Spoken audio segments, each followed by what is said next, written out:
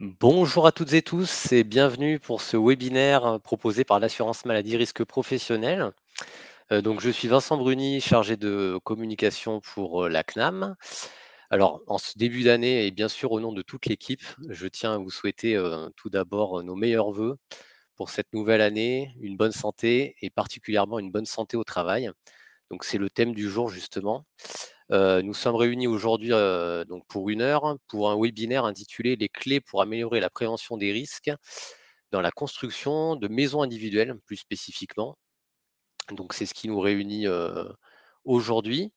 Donc je tiens à vous présenter tout d'abord l'équipe du jour, à l'animation. Donc aux manettes de ce webinaire, je co-animerai la session avec Christophe Desplat, qui sera Bonjour, notre intervenant métier. Bonjour Christophe. bonjour messieurs, Qui est dames. donc ingénieur conseil national à la CNAM et en charge du BTP. Et Jean-Michel Bachelot, bonjour Jean-Michel également, Bonjour. qui donc assurera la modération sur le chat pour vous donner des réponses de qualité. Donc Jean-Michel est ingénieur conseil en charge du BTP à la CARSAT Pays de Loire. Donc, pour que vous puissiez contextualiser un peu, voilà, qui nous sommes, quelques mots sur l'assurance maladie risque professionnel et son organisation et ses missions. Donc, l'assurance maladie risque professionnel, c'est la branche de la sécurité sociale qui s'occupe de la santé sécurité au travail. Donc, elle agit au service de plus de 20 millions de salariés dans plus de 2 millions d'entreprises. Donc, on a 3 grandes missions qui sont complémentaires et interdépendantes, hein. La première, c'est d'indemniser et d'accompagner toutes les victimes d'accidents du travail et maladies professionnelles, puis de fixer les taux de cotisation AT-MP pour les entreprises. Et enfin, une troisième mission de prévention, donc de prévenir les risques professionnels. Et donc, c'est ce pourquoi on est ensemble aujourd'hui, hein, dans le cadre de cette mission de prévention. Donc voilà, c'est 3 missions essentielles. Et pour porter son action, donc elle déploie voilà, son action avec un réseau de 20 caisses régionales. Alors vous les connaissez peut-être, hein, en région. Donc vos interlocuteurs, ce sont les CARSAT, Caisse d'assurance retraite et de santé au travail. Pour l'Île-de-France, la CRAMIF et pour les DOM-TOM, les CGSS.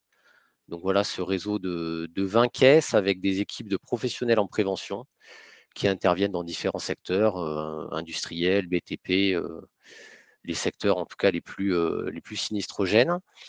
Et on s'appuie aussi sur les productions et les ressources de l'INRS, l'Institut national de recherche en sécurité, qui est l'expert en prévention de la branche, hein, et son relais à l'international, Eurogip, un organisme assez méconnu, mais qui a un rôle très important et qui fait notamment de la veille sur les actions de prévention au niveau européen. Donc notre rôle en quelques mots, hein, l'objectif il est le suivant, il est assez direct, hein, c'est de faire en sorte qu'il y ait le moins d'accidents de travail et maladies professionnelles possibles dans les entreprises du régime général. Donc pour mener à bien cette action, on porte notamment des offres de services pour les entreprises et les donneurs d'ordre, donc c'est le cas, dans le secteur de la construction, hein, et notamment donc des programmes d'action et d'accompagnement sur des risques particuliers. Je pense particulièrement aux troubles musculo-squelettiques, aux risques chimiques également. Des formations, puisque toutes vos caisses régionales, en fait, déploient un catalogue de formations, annuel, hein, avec des formations, voilà, sur, à la fois sur des secteurs d'activité particuliers et sur des risques. De la documentation technique et également des subventions, des aides financières accordées, donc aux TPE, PME, hein, avec différents critères. On y reviendra d'ailleurs pour le secteur qui nous concerne aujourd'hui. Donc sur le secteur de la construction, on a un programme d'action spécifique qui s'appelle Risque Chute Pro BTP. Alors pour vous donner quelques chiffres sur cette action, hein, sur les 3 dernières années là, c'est 2 175 opérations de construction évaluées sur la période 2019-2020 et 600 opérations accompagnées par notre réseau en 2021 et 2022 en conception et réalisation. Et sur ces 600, on avait 20% de chantiers de maisons individuelles. Donc ça vous situe un peu le travail réalisé. Et justement, le webinaire d'aujourd'hui, en fait, fait suite à cette action d'accompagnement et l'idée est de capitaliser sur les différents retours d'expérience qui ont été menés à ce sujet. Alors, le programme proposé pour cette heure qu'on va passer ensemble, on va donc aborder plusieurs points. Le premier, c'est le lien étroit entre prévention et performance. Donc, Christophe Desplat interviendra sur cette thématique. On aura des exemples concrets et un témoignage notamment de Cap Habitat, qui est un constructeur de maisons individuelles qui a été récompensé par notre réseau pour justement son action en prévention et différents aussi retours d'expérience. Je reviendrai sur les ressources et points de contact pour entrer en contact avec notre réseau et être accompagné. Et on prendra un temps surtout à la fin pour vos questions, répondre à vos questions. Donc, on prendra le temps nécessaire.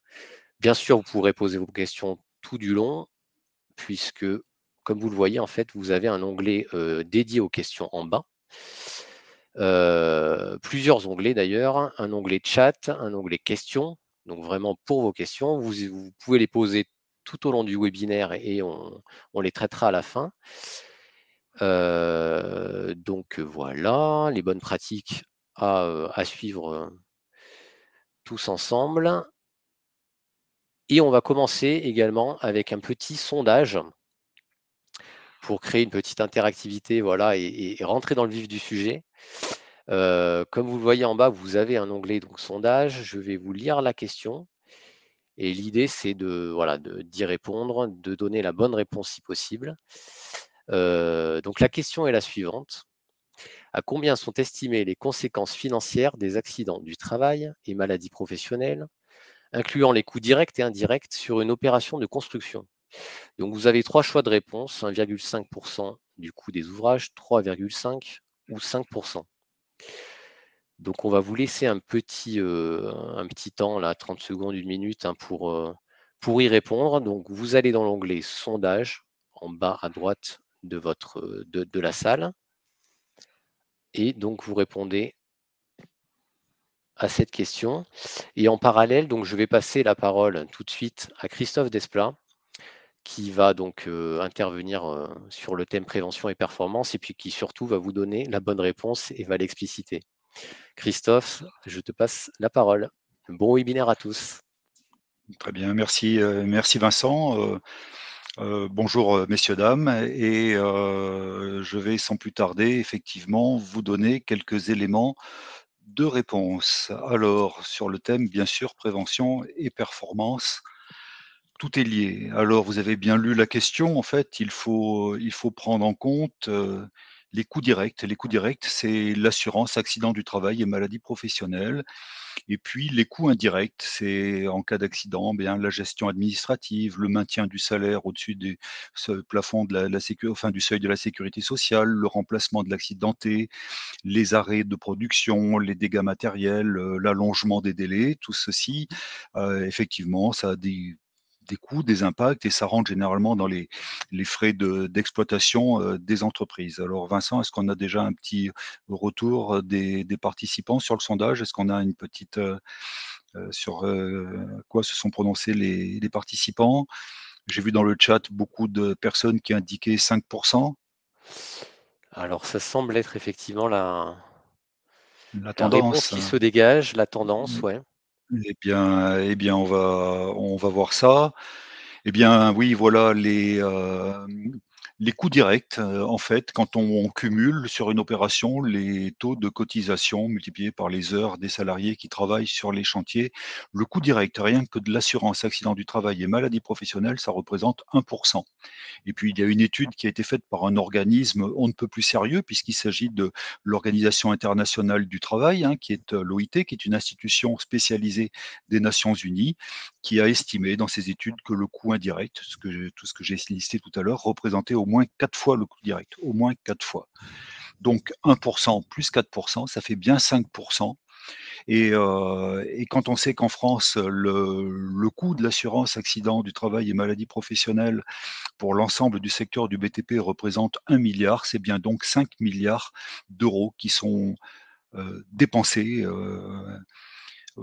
et gaspillés, j'aurais envie de dire, en raison des accidents du travail et des maladies professionnelles qui surviennent sur les chantiers. Donc voilà, tout ça déjà est au-delà même de l'aspect humain qui fait que bien sûr on ne souhaite à personne d'avoir un accident et un accident au travail. Il s'agit bien d'un enjeu économique important en fait pour l'ensemble du secteur de la construction.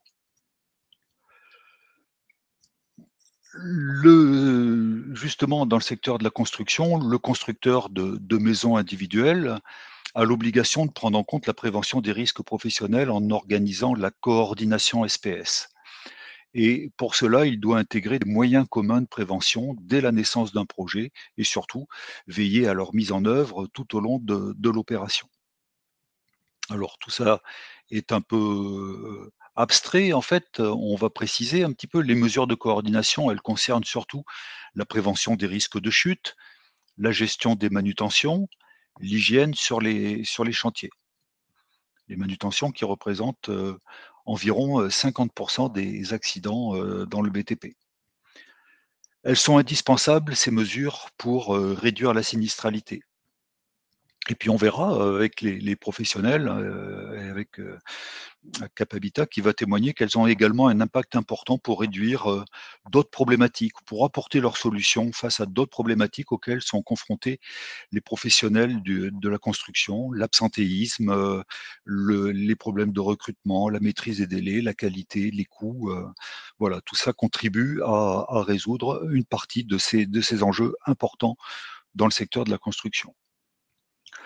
L'assurance maladie risque professionnel a synthétisé les mesures les plus importantes à mettre en œuvre sur les chantiers et les a définies sous des thèmes opérationnels prioritaires, les TOP, les mesures TOP de l'assurance maladie. Vous pourrez les retrouver dans ce petit guide que l'on va vous proposer en téléchargement, pour lequel on va vous proposer le lien. Mais je ne vais pas m'étendre sur ces thématiques-là. Là encore, ce sont les professionnels qui en parleront le mieux.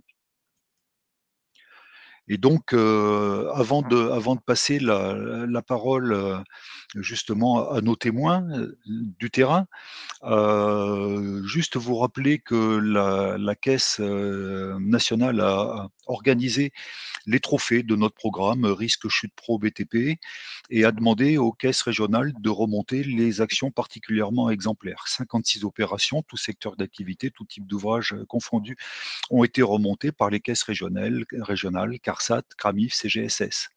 Et un jury composé de représentants de l'OPP-BTP, de l'INRS, du ministère du Travail et de représentants des employeurs et des salariés du BTP. Ça, c'est très important. Ils étaient présents dans ce jury pour nous donner leur avis et sous la présidence de la CNAM, bien entendu. Un lauréat a été désigné dans la catégorie construction de maisons individuelles et c'est ce lauréat que nous allons rencontrer maintenant. Voilà, je vais appeler monsieur Castellani, qui est co-gérant de la structure Cap Habitat, constructeur de maisons individuelles et coopérative d'artisans. Monsieur Castellani, bonjour. Bonjour, bonjour à tous. Bonjour monsieur, vous vous situez à Chalindré dans le 52 et vous êtes un constructeur qui a été suivi par la CARSAT Nord-Est. Alors, l'action de prévention qui est mise à l'honneur, c'est finalement la démarche globale de prévention par tous les acteurs de la coopérative, vous allez nous en parler, et puis bien entendu la mise en commun de ces moyens, de ces mesures top permettant notamment la sécurité, l'hygiène sur les chantiers. Tout à fait. Donc effectivement, à la base, le déclencheur de la création de la coopérative, c'est une réflexion personnelle que j'ai eue il y a quelques années, en fait, qui m'a amené à trouver une réponse à différentes problématiques, qui était déjà de répondre à la loi de 90 qui protège le maître d'ouvrage et d'assurer effectivement la sécurité, la propreté sur les chantiers. Et garantir un niveau de qualité optimum sur nos chantiers de maisons individuelles. Donc l'engagement que j'avais eu avec tous mes collaborateurs et les différentes entreprises avec lesquelles on avait l'habitude de travailler à l'époque, c'était de continuer à bosser ensemble. Et donc ce qui m'a permis de déclencher en fait la création de la coopérative. Et donc Très bien. Alors, oui, Christophe, excusez-moi. Ouais. Allez-y. Donc en fait, la création, en fait, c'est la création de la coopérative d'artisans avec la Fédération française des artisans coopérateurs nous a permis de mettre en moyen des moyens de gestion, de mettre en commun des procédures, de mettre en commun des dispositifs de sécurité pour toutes nos coactivités en fait dans la construction de la maison individuelle, aussi bien pour des outils dans les outils de gestion pure que proprement dit de chantier ou des outils de sécurité, de mise en commun d'eau et d'électricité depuis la base du chantier, c'est-à-dire de mise en place de base vie en fait que l'on met en œuvre à l'ouverture du chantier. Donc on fait une ouverture commune d'eau et d'électricité, ce qui nous permet effectivement de mettre en place une base vie commune tout au long du chantier. Également, vous nous avez parlé des moyens de levage. Alors effectivement, en fait, pourquoi j'ai pris cette solution à l'époque d'élaborer cette coopérative, c'était en fait la solution la plus simple et la moins économiquement la plus légère, on va dire, pour garder en fait mes collègues et garder les structures dans lesquelles on bossait déjà à l'époque en collaboration, en fait, avec tous mes voisins et avec toutes les entreprises voisines du département. Et donc, du coup, en fait, on a mis en commun tout ce dont on avait besoin tout à chacun, c'est-à-dire aussi bien des moyens pour la base vie et des moyens pour le chantier proprement dit, c'est-à-dire l'échafaudage de façade ou des moyens de levage, effectivement. Donc là, ça c'est un exemple effectivement de base vie. Alors ça peut être des petites roulottes pour du chantier assez court, ça peut être des petites roulottes mais qui sont chauffées, qui sont éclairées, où on a également des toilettes branchées aux électricité sur les chantiers. Ça peut être et sur du plus gros chantier, il va y avoir du plus gros bungalow si c'est des chantiers qui durent un petit peu plus longtemps. Et effectivement, l'avantage qu'on a également, c'est que, évidemment, vu que la coopérative, en fait, on bosse toujours avec les mêmes entreprises, donc on a mis en place des procédures pour limiter les risques d'accidents de travail, aussi bien sur des chutes de hauteur ou même dès la construction du soubassement. En fait, on reblaye effectivement toutes les périphéries de la construction pour être au propre et pour avoir le moins de risques possible d'accident du travail. Donc avec effectivement un accès de chantier le plus propre possible, qu'on essaye de garder. Alors effectivement, en fonction des périodes, c'est plus ou moins évident, mais qu'on essaye de garder le plus propre possible tout au long du chantier.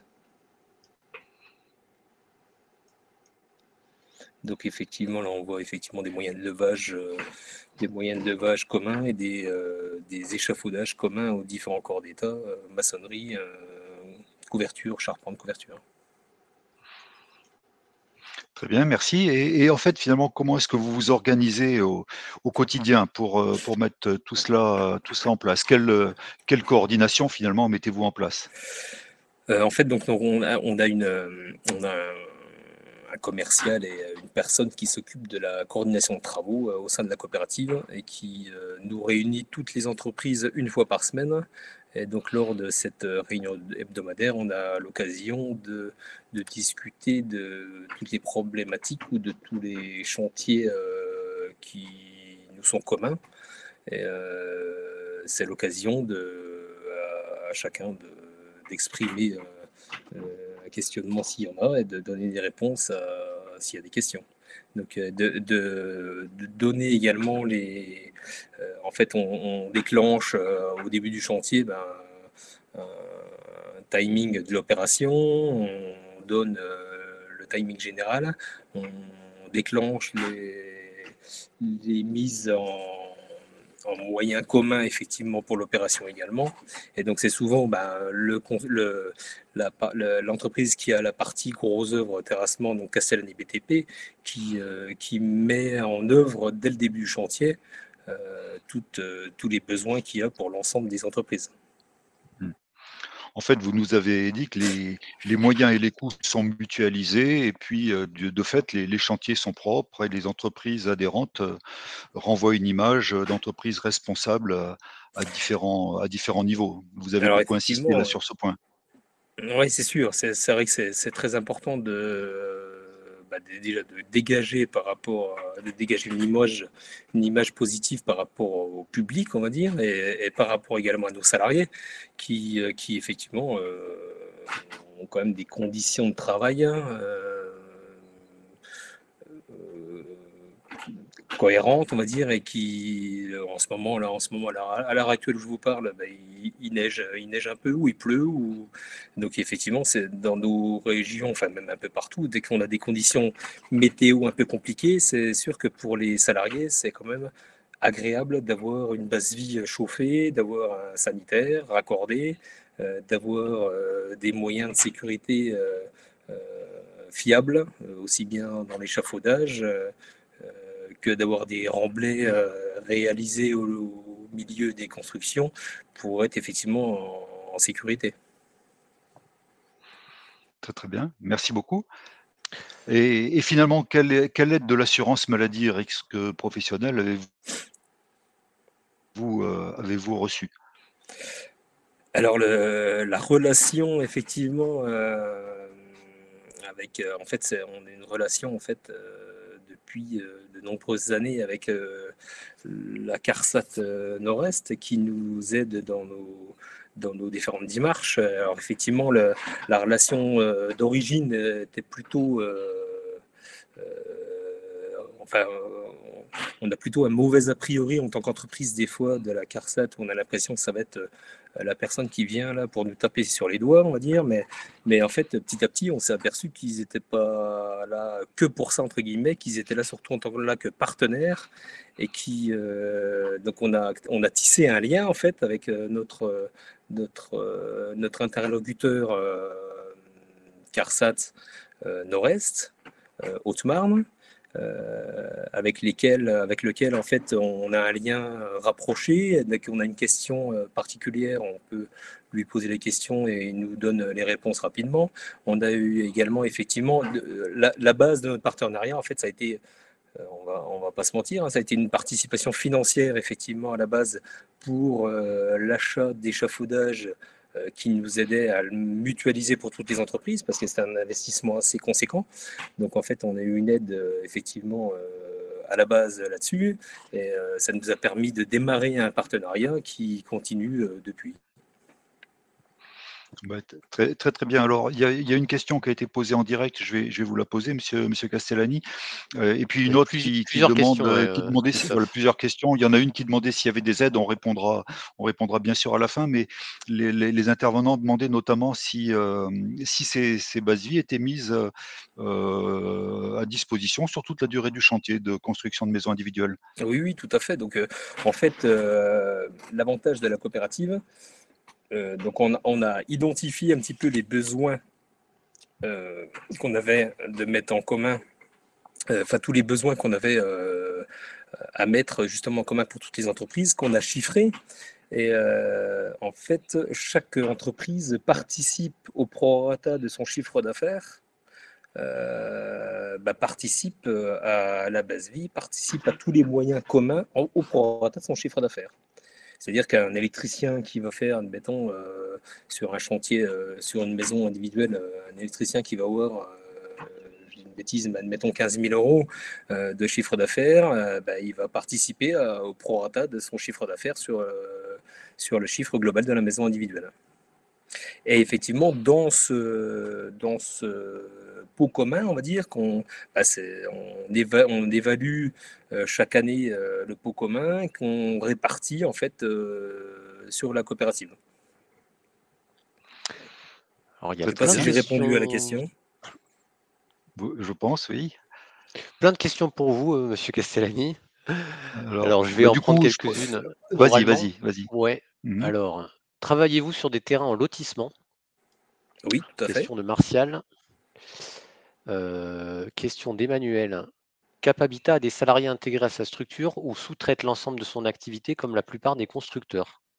Alors justement, donc en fait, à l'époque, pourquoi j'ai choisi ce type de juridique de construction? On va dire que Cap Habitat est constructeur de maisons individuelles, mais en fait, vu que c'est une coopérative d'artisans, le but n'est surtout pas faire de bénéfices. Cap Habitat ne doit pas faire de bénéfices. Le Cap Habitat est là pour générer du chiffre d'affaires à toutes les sociétés coopératives qui font partie de la coopérative Cap Habitat. Mais donc justement, contrairement à une structure traditionnelle, le but est surtout pas de sous-traiter, parce qu'on n'a pas le droit de sous-traiter plus de 20% du chiffre d'affaires en fait. C'est de coopter du chiffre d'affaires pour notre structure et pour nos adhérents de la coopérative. Question technique, vous échafaudez en extérieur avant la pose des parpaings ou après pour les travaux de charpente et couverture? On va répondre les deux, mon capitaine. Donc effectivement, l'entreprise de Gros Œuvre, lui, est obligée d'échafauder à l'intérieur pour la pose de ses parpaings. Et au fur et à mesure, on échafaude effectivement à l'extérieur pour la chute de hauteur, mais effectivement, on laisse l'échafaudage extérieur par la suite pour le couvreur et le charpentier. Et pour le couvreur et le charpentier. Une question de David. En termes de gains et performance aujourd'hui, est-ce que vous avez pu calculer un coût ou un pourcentage par rapport au coût de l'ouvrage?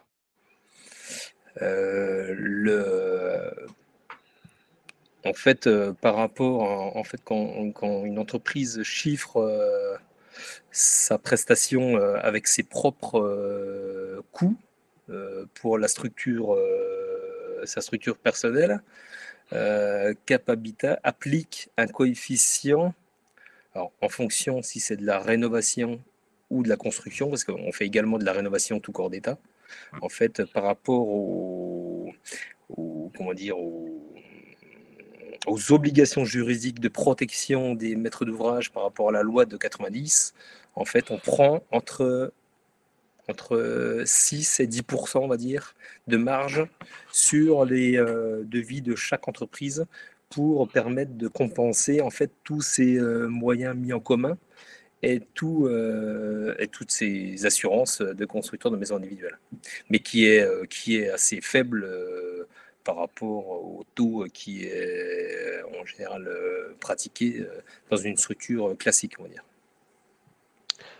Alors, on a énormément de questions. Christophe, ouais, tu peux peut-être Oui, alors il y a beaucoup de questions, notamment sur ressortir le peut-être là, voilà, voilà, une ou deux questions on plus va particulières. on va revenir sur les, comment dirais-je? Sur les principes mêmes de cette mutualisation, de moyens et donc finalement quel est le bilan aujourd'hui,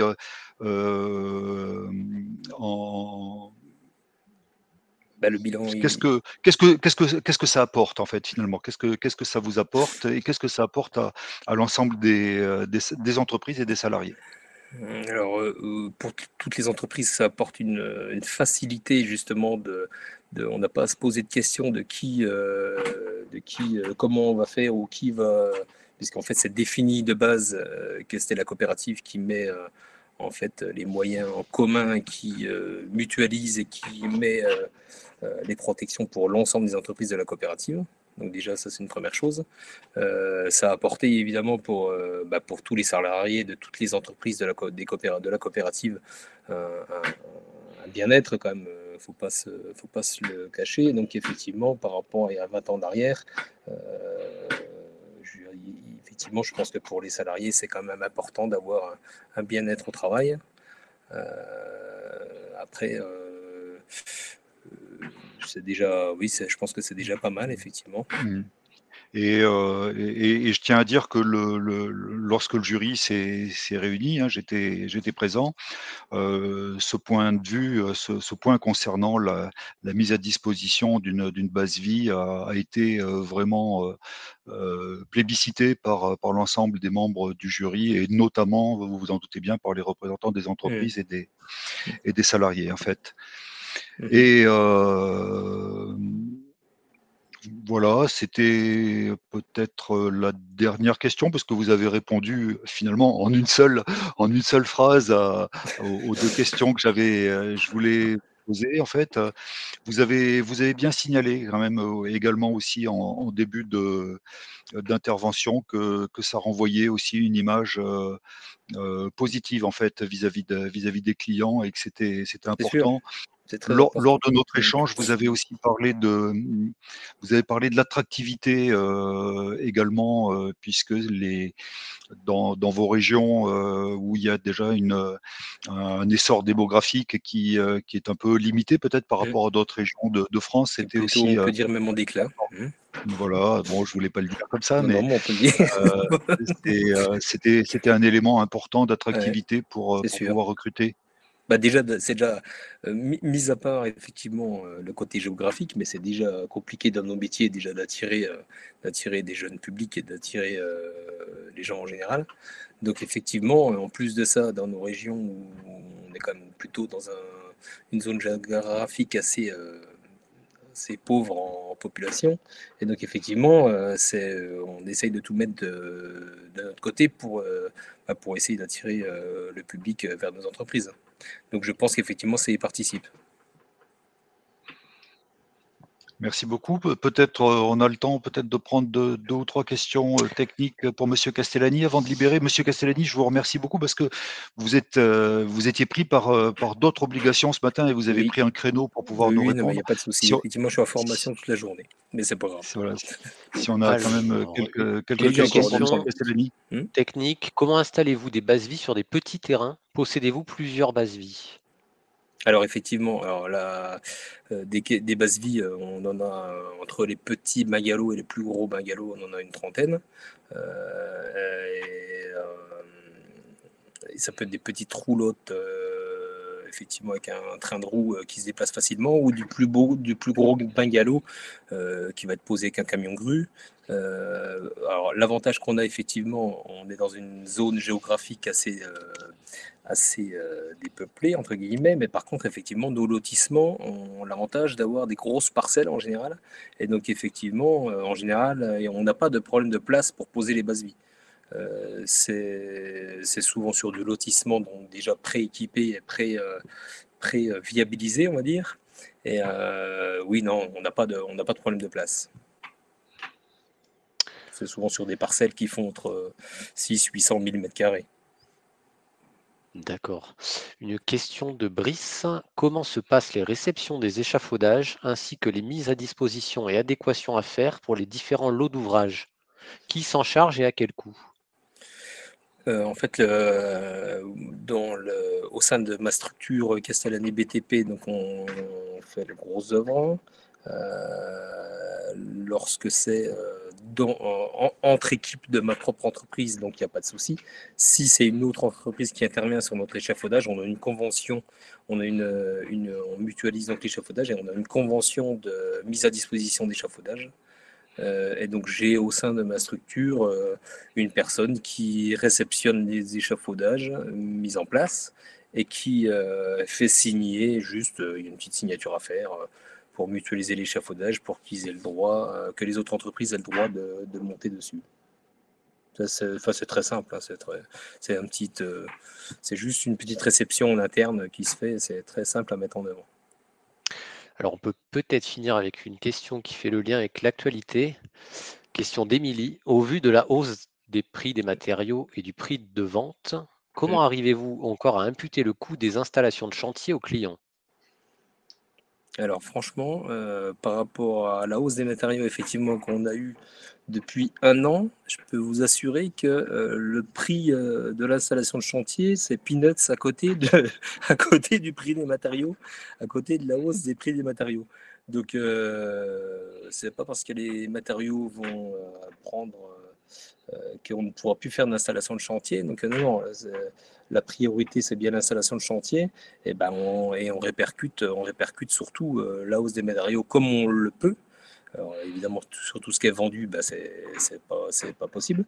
Et donc, on le fait petit à petit sur les futurs projets, mais on mettra pas en cause, on ne remettra pas en cause la mise en moyen, la mise en commun des moyens de prévention par rapport à la hausse des matériaux.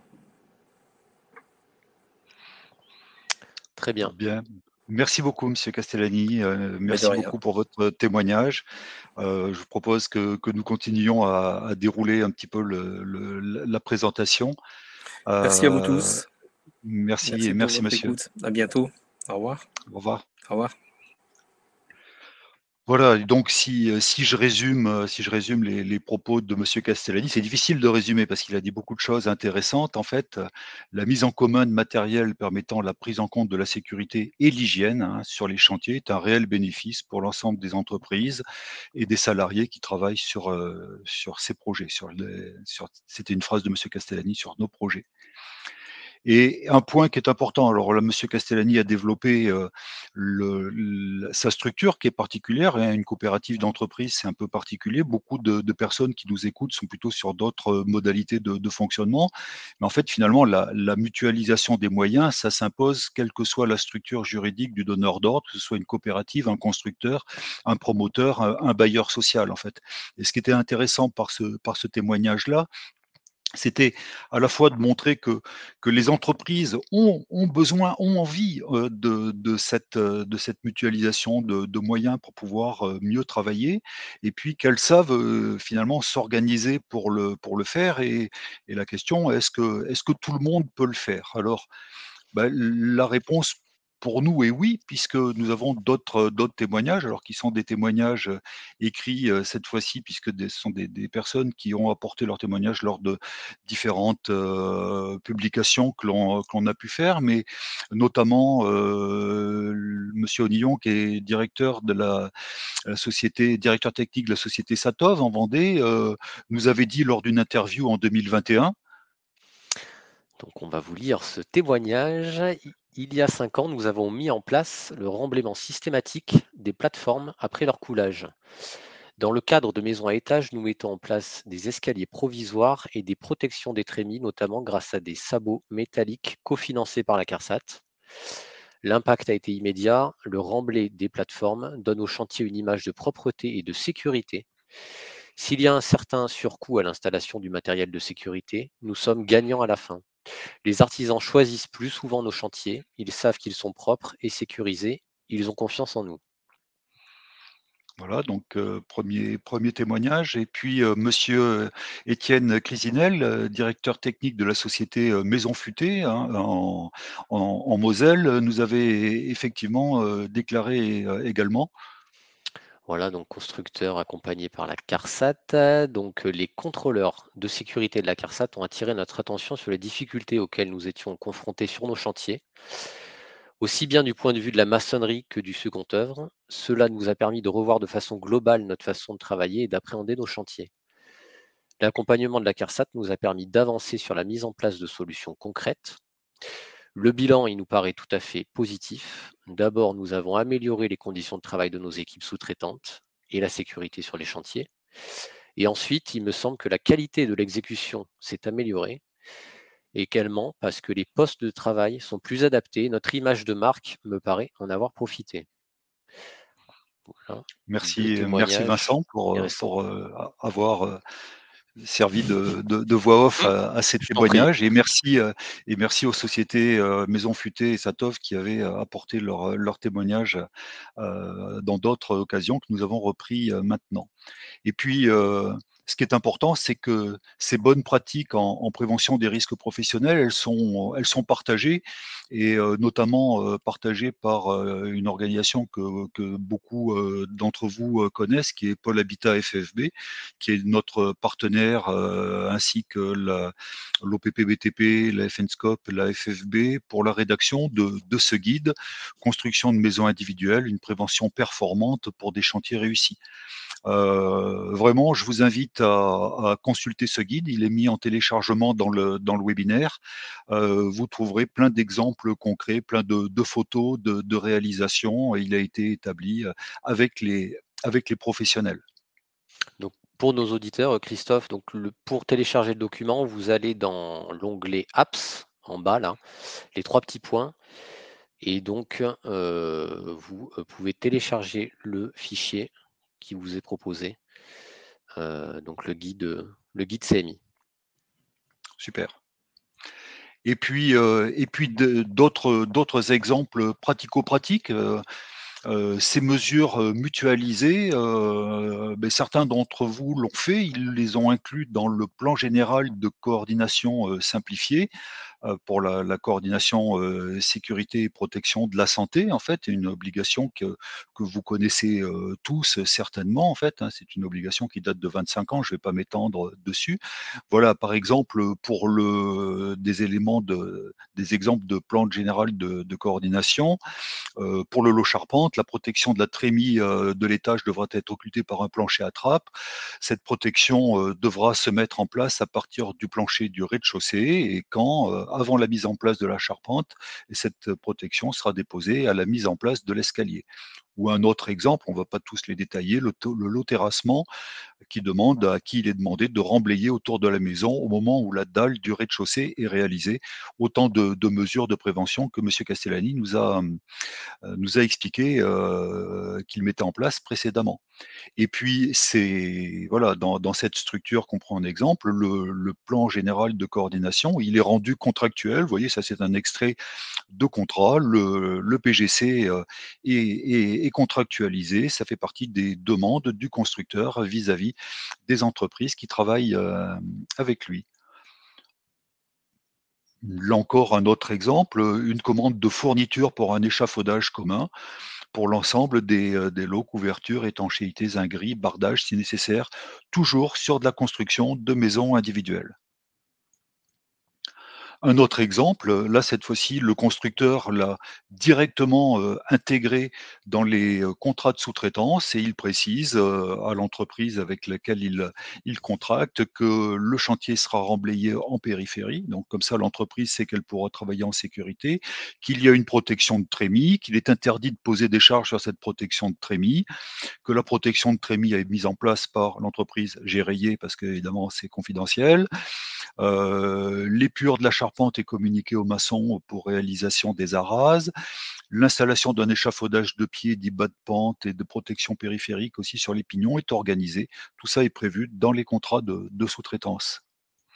Et c'est un point qui est particulièrement important puisque de 2019 à 2020, nous avons évalué environ presque 400 opérations de construction de maisons individuelles, essentiellement d'ailleurs sous le régime de la construction de contrats de CMistes, mais aussi un peu avec des bailleurs sociaux, puis avec des promoteurs, promoteurs immobiliers. Et ce qu'on se rend compte, en fait, alors je vais commenter rapidement ce petit graphique, en fait, vous avez en bleu le nombre d'opérations, la proportion d'opérations où les mesures de prévention étaient intégrées dans les pièces écrites ou dans les contrats de sous-traitance. Vous voyez que, par exemple, sur le remblai périphérique, c'est quelque chose qui fonctionne bien. Déjà, un constructeur sur deux, en fait, quel que soit son statut, demande effectivement que le remblaiement soit fait autour de la dalle dès que possible. Sur l'échafaudage commun, c'est beaucoup plus difficile encore, mais c'est pas impossible. Vous voyez, certains l'ont fait.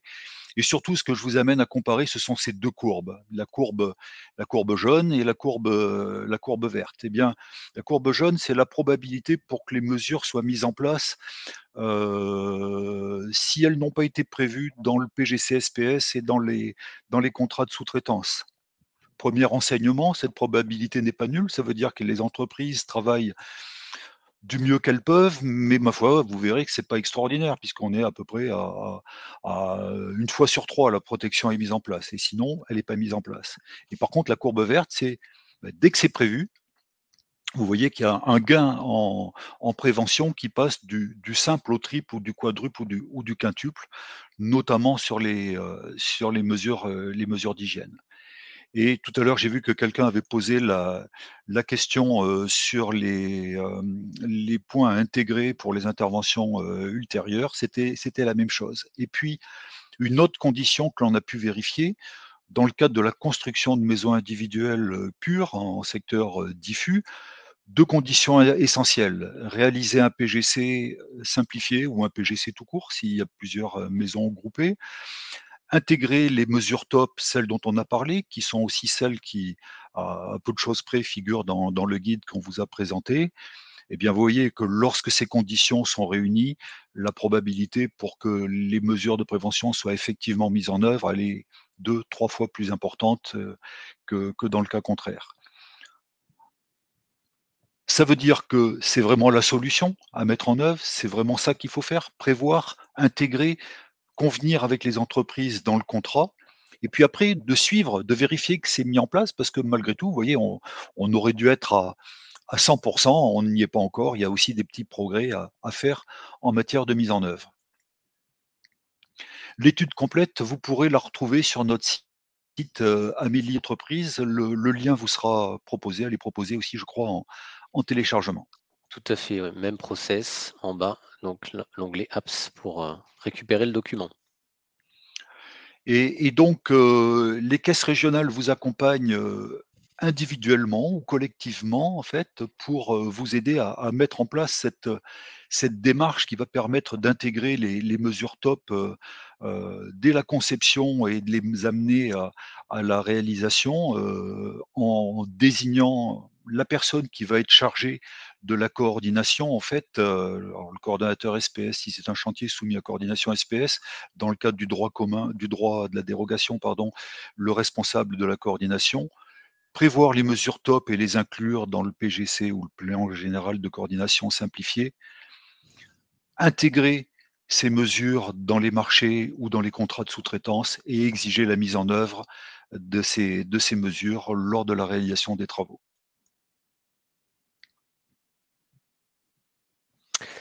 Alors, je vais reprendre la parole pour une partie sur les ressources mises à votre disposition et les points de contact.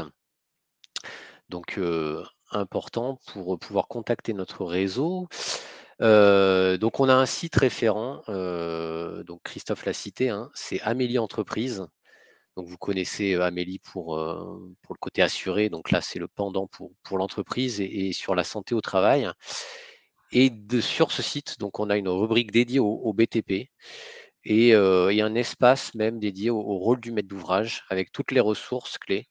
Donc les études, enfin voilà, je vais vous le détailler, mais il y a beaucoup de choses intéressantes pour vous, les acteurs de la construction. Donc surtout, n'hésitez pas à le consulter. Jean-Michel va vous mettre le lien dans le chat. Donc on y trouve de la documentation, des témoignages vidéo, donc de toute typologie de maître d'ouvrage et particulièrement voilà, en ce qui vous concerne sur la maison individuelle, des statistiques ATMP dans le BTP, des études d'impact économique, notamment sur la logistique et l'avantage économique que ça peut engendrer. Vous retrouvez toutes les ressources documentaires, donc la fiche top qui concerne le secteur, le guide construction de maisons individuelles. Donc c'est vraiment l'espace dédié et sur lequel voilà, vous avez toutes les infos. Et pour être précis, donc à la fin de ce webinaire, quand ça va se clôturer, vous serez redirigé automatiquement vers cette page. Donc n'hésitez pas à rester en ligne. On a donc aussi une subvention dédiée au secteur du BTP qui s'appelle Top BTP. Donc quelques mots voilà, sur cette subvention. Elle est dédiée donc aux entreprises du BTP, aux maîtres d'œuvre, aux architectes ou aux constructeurs de maisons individuelles. Alors bien sûr, il y a des critères d'éligibilité hein, pour pouvoir en bénéficier. Donc notamment avoir un effectif national compris entre 1 et 49 salariés. Dépend du régime général, donc de la sécurité sociale, hein, secteur privé, être à jour de ses cotisations et bien avoir fait son document unique d'évaluation des risques. Donc ça, c'est les conditions socles pour pouvoir en bénéficier. Sur le contenu technique, je vais repasser la parole à Christophe qui va vous en dire quelques mots puisque c'est une subvention qui recouvre beaucoup de choses. Alors sur le contenu technique, effectivement, alors c'est une subvention qui a pris fin, pour des raisons budgétaires en 2022, mais qui va redémarrer à partir de février, 2023 et qu'est-ce que nous finançons? Notamment, en fait, hein, des bungalows de chantier, mobiles et autonomes, isolés, chauffés, destinés à héberger le personnel et comportant lave-mains et WC, des passerelles de franchissement, des protections de trémies, des coffrets électriques de chantier, des échafaudages, des plateformes à maçonner et d'autres matériels. Voilà, avec des conditions de financement, sur ces matériels qui vont jusqu'à 50 jusqu'à 50. Alors je ne sais pas, à un moment donné, c'était, une grande enseigne qui disait: «Si vous trouvez mieux ailleurs, on rembourse la différence». Là, je pourrais vous le dire, sans difficulté, si vous trouvez mieux ailleurs que des subventions à 50 sur ce genre de matériel, voilà, faites-le moi savoir et c'est très important. C'est une subvention qui recueille beaucoup de demandes de la part des entreprises, et finalement, elle est aussi adressée, donc comme on l'a dit, aux constructeurs, aux architectes, aux bureaux d'études qui veulent se former à la coordination SPS de niveau 3 ou qui veulent former leurs équipes à la bonne compréhension de la mise en œuvre de la mission de coordination SPS. Donc c'est pas pour devenir coordonnateur, mais c'est pour comprendre en fait qu'est-ce que c'est que cette coordination, qu'est-ce qu'on attend sur les chantiers de maisons individuelles. Et donc là, sur les formations, nous prenons 70 en charge 70 du coût pédagogique.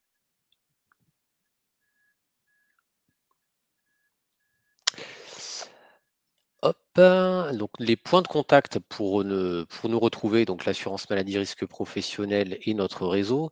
Donc vous avez plusieurs canaux. Donc bien sûr, le site de référence Amélie Entreprise, je vous l'ai cité. On est également très présent sur les réseaux sociaux et notamment LinkedIn, donc où on a une page dédiée, donc assurance maladie et risque professionnel. Je vous invite vraiment à la suivre puisque en fait, voilà, il y a toute notre actualité, hein, des informations sur nos programmes de prévention, des retours d'expérience, des informations sur les subventions. Donc pour ceux qui ont une page ou un compte personnel, n'hésitez pas à vous abonner et à suivre notre actualité. Également un numéro unique pour, donc si vous n'avez pas encore de contact, hein, ou avec votre interlocuteur local ou si vous avez toute question sur la prévention, tarification, réparation, nos 3 missions, c'est le 36 79. Donc numéro unique à noter, hein, et donc vous pouvez, voilà, nous joindre par ce biais. Et alors aujourd'hui, exceptionnellement, on vous propose de pouvoir être recontacté par votre caisse régionale, si vous le souhaitez. Donc, on va lancer un petit sondage, toujours dans la partie sondage en bas, hein. Et si vous souhaitez donc être recontacté par votre caisse régionale et voilà la personne en charge du BTP, vous pouvez répondre donc oui. Alors bien sûr, tout ça est régi par les règles sur la protection des données et vous serez bien sûr recontacté uniquement dans ce cadre. Vous serez recontacté par mail puisqu'on a vos adresses mail. Donc n'hésitez pas à aller sur le sondage, à exprimer le souhait, voilà, d'être recontacté par votre interlocuteur local. Donc voilà en ce qui concerne la présentation. On va pouvoir passer aux questions-réponses. Donc vous avez été nombreux à poser des questions. Donc on va les prendre oralement. Et puis Jean-Michel va pouvoir aussi nous rejoindre sur scène pour voilà, pouvoir y répondre avec Christophe. Puisqu'on a de nombreuses questions, aussi bien techniques. Par exemple, la question de Mathieu, que je vais lire. Bonjour, sur la grande majorité des chantiers de CMI, Nous ne rencontrons quasiment aucun sauveteur secouriste du travail, excepté Logo. Avez-vous des conseils, remarques, informations pour améliorer cette situation? Messieurs, c'est à vous. Eh bien, ça fait partie des conseils que nous donnons généralement aux entreprises, voilà, avec une offre pour la formation et le recyclage des SST. C'est souvent un point que nous faisons, notamment juste quand nous avons des contrats de prévention ou des relations particulières avec les entreprises. Il serait effectivement un point qui pourrait être important aussi de la part du constructeur de maisons individuelles. Il pourrait avoir cette exigence aussi vis-à-vis des entreprises, ou du moins vérifier que les entreprises disposent de sauveteurs secouristes dans l'évaluation. Alors, il ne peut pas l'imposer, mais dans l'évaluation qu'il fait des entreprises sur leur qualité, sur leur implication en santé et sécurité au travail, c'est un point qu'il pourrait être amené à poser, une question qu'il pourrait être amené à poser aux entreprises, effectivement.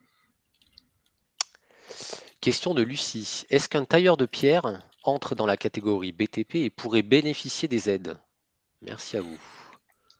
Alors, un tailleur de pierre, d'une façon générale, en fait, l'aide financière, elle est ouverte à toutes les entreprises qui sont assurées chez nous dans les métiers du BTP. Si l'entreprise est bien classée, en fait, si elle est bien enregistrée comme entreprise du BTP, elle rentre de fait dans les subventions qui sont proposées. Et si ça n'était pas le cas, j'invite l'entreprise à consulter sa caisse pour voir quelle autre possibilité pourrait être ouverte, notamment par le biais de contrats TPE. C'est une autre possibilité que nous avons. Est-ce qu'une grue pourrait être prise en charge via l'aide Top BTP? Alors, l'aide Top BTP ne prend pas en charge les grues directement. Ça ne fait pas partie du matériel qui est listé. Par contre, nous avons d'autres subventions, notamment une subvention TMS Pro diagnostic, et une subvention TMS Pro Action, qui peut, sous certaines conditions, prendre en charge le financement de moyens de levage. Alors, je dis sous certaines conditions. Bien sûr, tout ça rentre dans le cadre de la discussion avec la caisse régionale. Je ne vais pas m'engager pour les caisses régionales, mais il y a un point important sur lequel nous sommes tous d'accord, c'est que la grue, elle doit participer au changement du travail, de l'activité du travail. Donc, si à un moment donné, une entreprise souhaite acquérir une grue, ça sous-entend qu'elle organise ses livraisons aussi différemment, qu'elle prévoit aussi la montée en compétence de ses salariés pour bien savoir conduire cet engin, qu'elle met en place des recettes à matériaux pour approvisionner au plus près les matériaux du poste de travail. Donc, la transformation de la situation de travail, c'est quelque chose que nous pouvons étudier avec les entreprises. Alors, je vais être très clair là-dessus. En fait, les grues sont des engins de production. Nous n'avons pas vocation à subventionner les parcs matériels des entreprises, mais comme je l'ai dit, sur les premières transformations de situation de travail, nous sommes à votre écoute, et je vous invite effectivement à poser la question à votre caisse régionale. Merci Christophe. Alors je vois beaucoup de questions, une réponse écrite de Jean-Michel.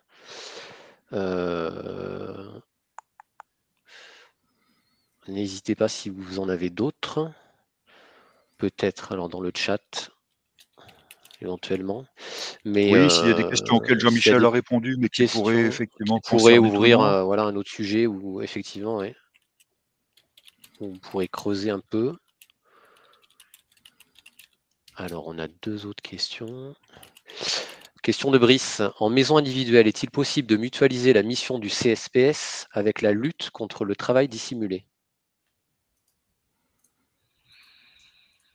Alors, le coordonnateur SPS, ses missions sont définies et sont encadrées par le code du travail. En fait, le coordonnateur SPS n'a pas, à ma connaissance, vocation il n'a pas de rôle de police du travail, notamment sur le travail dissimulé.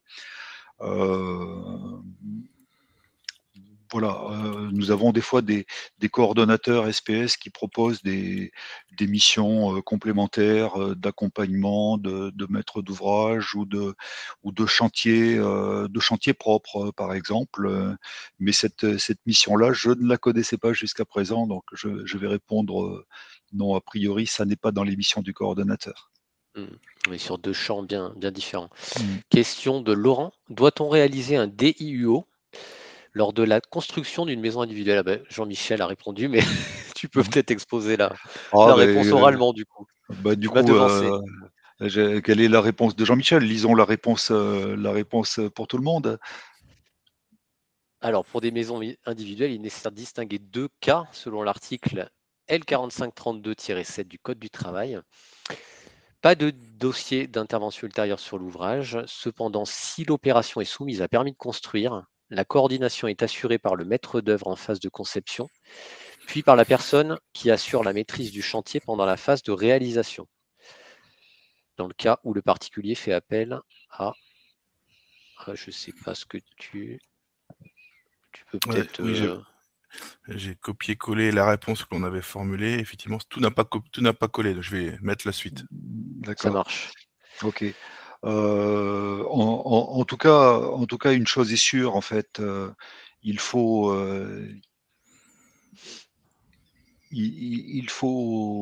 dès la conception penser à l'intervention ultérieure sur les ouvrages, en fait, notamment s'il y a besoin de planchers de circulation pour atteindre les VMC dans les combles, avec des garde-corps pour ne pas tomber sur les côtés, et effectivement tenir compte des conditions d'intervention pour l'entretien ultérieur des panneaux solaires. Voilà, toute cette réflexion doit être prise en compte dès le départ, puisque bien souvent, les entreprises qui construisent en fait ces maisons sont aussi les entreprises qui vont ensuite, tout au long de la vie de l'ouvrage, intervenir, réparer, entretenir sur ces maisons. Et non seulement il y a beaucoup d'accidents lors des opérations de construction neuve, excusez-moi, mais il y a aussi beaucoup d'accidents lors des travaux de maintenance, d'entretien ou de rénovation. Voilà ce que je peux dire en complément de la réponse technique qu'a fait Jean-Michel. Très bien, merci Christophe. Alors là, on a quelques commentaires. C'est pas vraiment des questions, hein, c'est sur le sujet sur lequel on était. N'hésitez pas. On a encore quelques minutes. Donc, si vous avez toute question technique ou sur notre offre de service, n'hésitez pas.